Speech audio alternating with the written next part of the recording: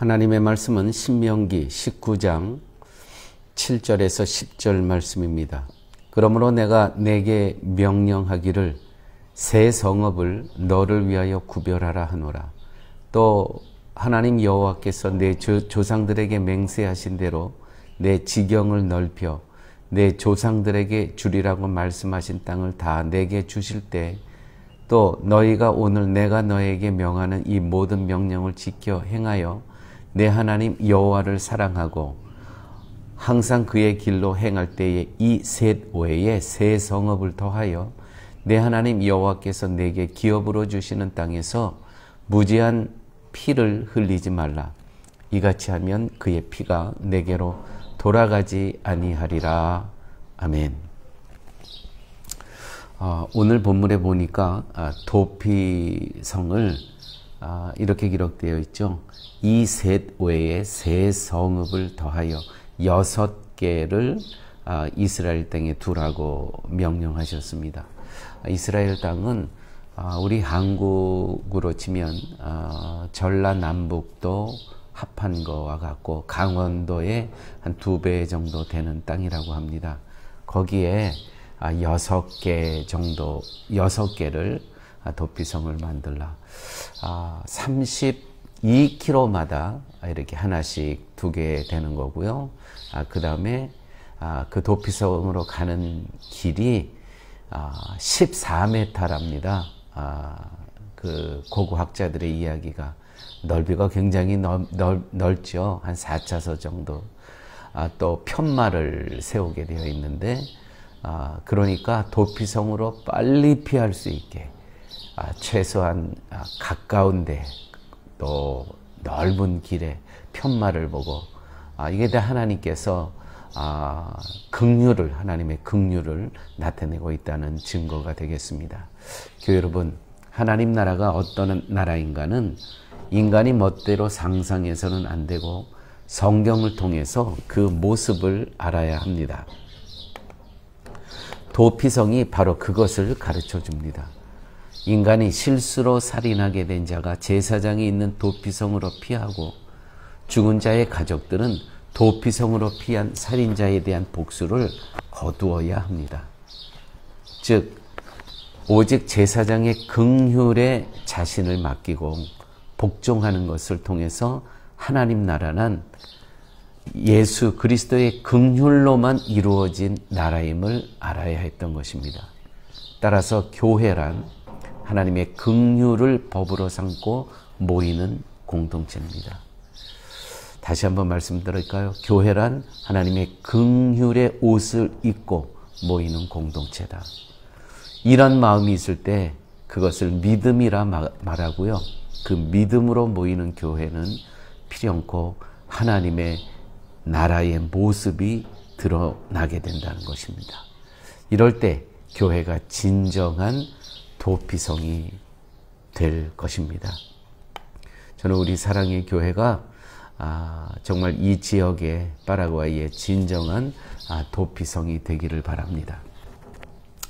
오늘 본문에 다 읽지는 않았지만 신명기 19장 11절에서 21절의 내용을 보면 이웃과의 관계 속에서 일어나는 문제들을 기록되어 있습니다. 이웃과의 문제들 참 많이 있죠. 또한 우리는 교회 안에서 일어날 수 있는 모든 인간적인 문제들이 있습니다. 이웃을 어떻게 대하는가를 통해서 교회가 하나님의 긍휼이 작동되는지 아니면 옛 본성이 드러나는지 확인할 수가 있습니다. 13절에 하나님은 이웃을 미워해서 계획적으로 살인한 사람이 도피성으로 피하거든 성읍의 장로들이 사람을 보내어서 그를 잡아다가 복수하고자 하는 죽은 사람의 가족들에게 넘겨서 죽이라. 우발적으로 그렇게 사건이 일어난 게 아니고 고의적으로 이웃을 미워해서 계획적으로 살인한 그러한 사람은 아무리 도피성에 피해 있다고 하더라도 잡아다가 그 죽은 사람의 가족에게 넘겨서 죽이라고 합니다. 그런 자를 긍휼히 보이지 않고 무지한 피 흘린 죄를 이스라엘에게서 제할 때 복이 있으리라. 그렇게 엄격하게 죄를 다스릴 때 그때 복이 있다고 하나님께서 또 말씀하십니다. 14절에는요. 이런 말씀이 있습니다. 하나님이 주신 땅에서 이제 다 재산 분배를 하죠. 지파별로. 하나님이 주신 땅에서 조상들이 정한 이웃의 경계표, 지계표라고 또 표현하기도 합니다. 이 경계표를 이동하지 말라. 나보다 힘이 없는 이웃이 있을 때 행동의 지침을 이야기하고 있습니다. 내가 힘이 있다고 이미 하나님께서 정해주신 그 경계, 선을 넘지 말라는 거예요. 잠언 23장 10절에서 11절 말씀. 옛 경계석을 옮기지 말며 외로운 자식의 밭을 침범하지 말지어다. 대저 그들의 구속자는 강하시니 너를 대적하사 그 원을 펴시리라. 이웃의 경계표 옮기는 것은 힘 있는 자가 힘 없는 자에 대한 횡포 아니겠습니까? 횡포. 여러분, 교회가 가진 자의 힘에 굴복하고 그 힘을 이용해서 이득을 보려고 한다면 그 교회는 불신자의 집단과 다를 바가 없습니다. 우리는 신앙생활 하면서도 교회와의 관계 속에서 큰 교회가 또 성도수가 많은 교회의 횡포를 보게 됩니다. 참 이거는 정말 안타까운 일들이죠. 작은 교회 성도들을 뺏어온다든가 또 실질적으로 뺏어오진 않더라도 그 교회의 성도들이 자기네 교회로 올 수 있게 여러 가지 그러한 행동을 하는 것들을 우리는 보게 되죠. 이게 다 횡포 아니겠습니까?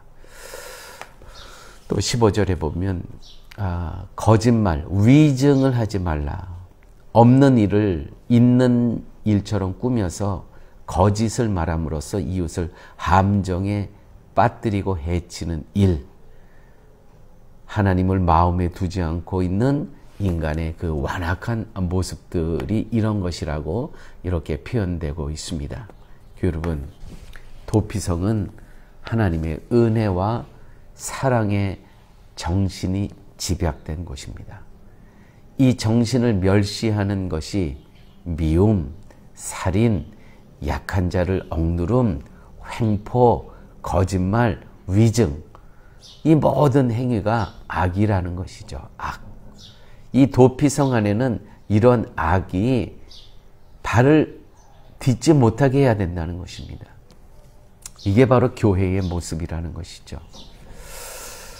하나님의 긍휼로 살아가는 존재임을 망각할 때 우리는 삶 속에서 미움, 살인, 횡포, 약한 자를 억누름, 거짓말, 위증, 내가 누구인가를 잃어버렸을 때 내가 하나님의 그 긍휼, 십자가의 은혜로 오늘을 살아가는 존재 아닙니까? 이 존재를 내 자아상을 잃어버렸을 때, 망각했을 때 우리는 얼마든지 이와 같은 악을 행할 수 있다는 것이죠.